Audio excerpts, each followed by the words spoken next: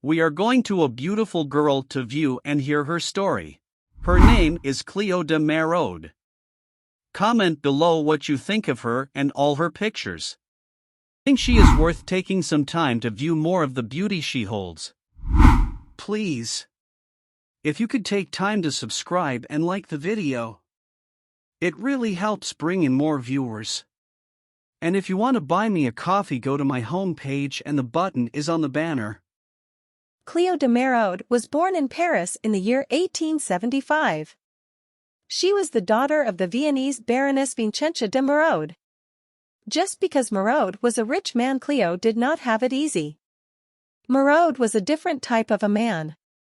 While Cleo's mother doted on her so much that some people thought that her uncle Karl von Medrode was the father. But her father was not around a lot because he was the Viennese Baroness. But later learned when she was a young adult that her dad was really the Austrian Judge Theodore Christomanos, and she learned that the very first time she met him as a young woman. But back to her younger life. Cleo's family sent her off to dance school at the age of 8. They could already tell that Cleo was going to be a very special girl. After that, everything began moving very fast. She was captivating on the stage and in photos.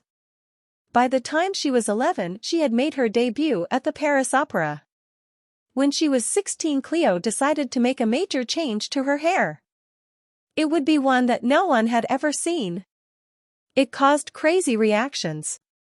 What Cleo did was make a low-hanging bun at the nape of her neck that quickly became her signature hairstyle. It is what we now call a chignon. Her new hairstyle would go on to start people talking and making up rumors about Cleo. It was because this new style kept her ears covered all the time. People began to say that she was missing one or both of her ears. Watch the pictures, and if you see her ears, and if you do, put that in the comments and at what the timestamp it was when you saw them. The next thing that happened due to Cleo hairstyle was, as people saw it or started getting wind of across the country, everyone was wanting the hairstyle for themselves. It got so bad that at one point the Stockholm telephone authorities tried to force their phone operators to stop wearing Cleo's hairstyle because it was interfering the operators hearing the people talking through their headset. But the operator were pretty dead set on wearing Cleo's hairstyle. It was pretty much impossible. In fact, they almost went on strike when management told them to stop wearing her hairstyle. By the time hit the age of 20, Cleo was the favorite of some of the biggest artists in France. What really made her fame grow was some of the photographs that were taken of her. Since Cleo was the favorite woman being photographed, her pictures traveled around the world like lightning. At the peak of her fame, rumors began to spread around that Cleo had become the new mistress of King Leopold II of Belgium. She was the most desirable woman in Europe, and Leopold was well known for romancing all kinds of dancers and actresses. But being she was now rumored to be with Leopold, it was very hard on her reputation. You would think being with a king would help you and not hurt you. But Leopold was not like just any king. He had a reputation for savagery on the world stage, and he had an equally bad reputation in the bedroom, at least in the 19th standards of decorum. He was rumored to going often to houses of ill repute and had loved children prostitutes. It was the beginning of the end of Cleo's good name. So before long, everyone was saying that the beautiful dancer wasn't just the lover of the king, but she was giving her services to any high roller that could afford her. So people were beginning to assume Cleo now was just a prostitute. The rumors were beginning to spread like a wildfire. It's hard to say just how hard the public went for Cleo and the king, from a distortion to bawdy songs that came out about them. And even worse, the press made up cartoons to describe the couple. And when her family heard the news, they made it 10 times worse. I guess rumors were just as bad back then as they are now. Cleo's mother was horrified when the rumors got back to her. She decided to write a letter to the editor of the Le Figaro newspaper defending Cleo's reputation, but it backfired. Mrs. Medrode did not proofread her letter, and soon everyone was making fun of all the spelling errors in her impassioned op-ed piece. But the op-ed piece did nothing to stop the rumors that Cleo was a member of the king's group of girls. But there is something that the public did not know. Despite the gossip circles going into overdrive about Cleo de Merode's affair with King Leopold II, the world would likely be shocked to learn the truth. The Belgian king and the French dancer may have never actually met, at least at that point in their lives. Another potential cause of this media storm could be a scandalous one. Cleo de Merode's biographer was Michael Garval, believes she never had a real relationship with the king. He does believe though that they did meet just before the rumor took off. His version of the events is juicy. According to Michael, the gossip first started because Leopold accosted Cleo in full view of the public in the foyer after one of her performances. Per Gravel, the king wasn't trying to get her. He had worse goals in mind. Remember, King Leopold was a very bad man, and the public display of harassment, according to Garval, was actually a smokescreen. See, in reality, Leopold was already in an illicit tryst with another dancer and actress, Emilienne d'Alençon. To keep that relationship a very good secret, Leopold wanted to draw everyone's attention to Cleo instead. And it worked very good. But Leopold began to feel guilty for what he had done to Cleo. Finally, the king took the time to meet with Cleo officially with all the rumors flying around, and the first thing he did upon meeting Cleo, he apologized to her.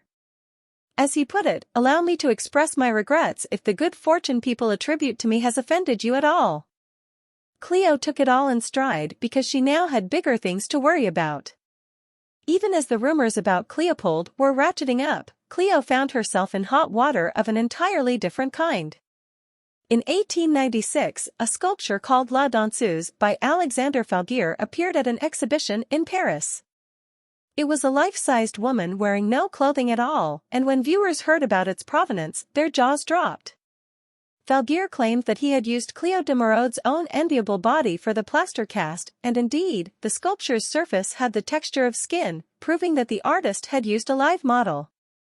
The art world reacted badly, calling it deformed, damaged, and, most insulting of all, modern.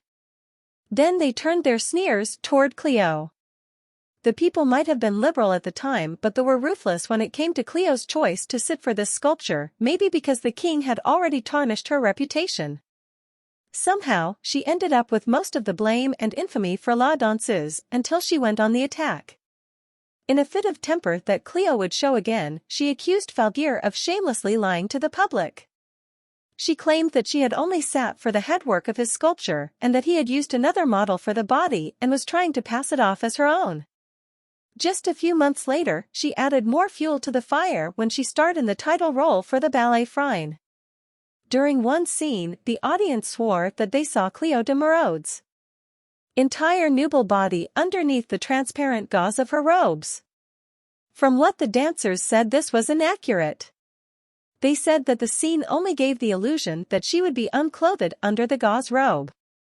She would be wearing a rose maillot, covered with a light rose gauze tunic, which hugged her form. But in the end, it was a happy misunderstanding in terms of her career. She was about to get her biggest break yet.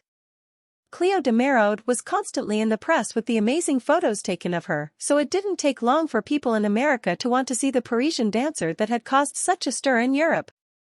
In 1897, Cleo came stateside after her not naked dance broke all the papers. Cleo got a prestigious gig in New York City performing at the Vaudeville Theatre Coster and Biles for a month-long engagement. It turned into a nightmare overnight. Reporters swarmed her everywhere she went, but they weren't even the worst of it. Young girls would also follow her down the street, begging her for an autograph. Then, when the time came for her to perform, it turned into a different nightmare altogether. Everyone in the US was so excited to see Cleo on the stage. But when she did appear, the people were very disappointed. Because there was a secret looming of Cleo's head. And that was the fact that Cleo was actually a very good dancer. Her real allure was in her looks, as she was still very beautiful. Americans had expected a spectacle, and when they got merely a human being dancing, they were sore as heck about it. One publication, Munsey's magazine, smirked that Cleo de Merode can go back to her inconspicuous position among the ballet dancers at the Paris Opera, crowned with the distinction of having made the most successful failure of the season. Cleo knew exactly what she was doing, and bad dancing or not, she made a very good salary in America that was way more than she made in France. So what difference did it make if she poor reviews? She knew she had to find some other ways to keep shocking audiences, and that is just what she did. At the turn of the century, the world of dance began experimenting with the world of film. Cleo was at the forefront as usual. She appeared in 2 films during that period. After returning to France, she took a change and appeared at the Folies Bergère, which was a bold decision for an artiste to branch into cabaret. Instead of giving up, she grew a new pool of fans that would continue to enjoy well into the 2nd decade of the new century. She enjoyed entertaining wounded of WW1. Cleo retired to the sea to teach and to make figurines. She had to go through 2 lawsuits. She claimed in 1923 that the film Peacock Alley, depicting the main character, which was Cleo, was giving birth to an illegitimate child. Cleo claimed it was said just to damage her reputation. However, the courts did not find enough evidence, thus she lost the case. She was successful, however, in taking on Simone de Beauvoir in 1950, who libeled her in her book The Second Sex. Describing her as a prostitute from peasant origins, de Beauvoir further claimed that Cleo de Medrode had assumed an aristocratic surname to hide the birth and keep her career going. While she did not get the 5 million that she asked for. Instead, de Beauvoir was ordered to remove all mention of Cleo in further editions and awarded Cleo the amount of 1 franc in damages. Cleo wrote her own autobiography in 1955, which was entitled in English The Dance of My Life, which would finally clear up a lot of the rumors that were spread over the years. Her final interview was with Vogue in 1964. It was published in the February edition of the magazine. Cleo was probably the most beautiful woman, never married and never had a child. There was speculation that she was a lesbian, although she had been involved with 2 men over the years, so she was never proven to be a lesbian. Spanish sculptor Luis de Purinet, who sculpted the statue of Cleo in mourning, which is on the tomb in Père Lachaise Cemetery where she is buried alongside her mother. Cleo de Medrode passed away on October 17, 1966 in the same apartment that she had given an interview to Vogue. I hope you enjoyed learning about Cleo and just seeing how beautiful she was. So did anyone see a picture where her ears were showing? If you did, be sure and put the timestamp into the comments. I hope my videos are getting better as I learn on each one. Like I said, I live in a nursing home and any donation at all would really help me in here. The next video at this time is going to be Gladys Cooper. This is a picture of her. So subscribe and ring the bell so you know when it comes out. It takes me a while to study and write these girls' bios. I do not just copy and paste others' work. So watch for Gladys. I will see you all later.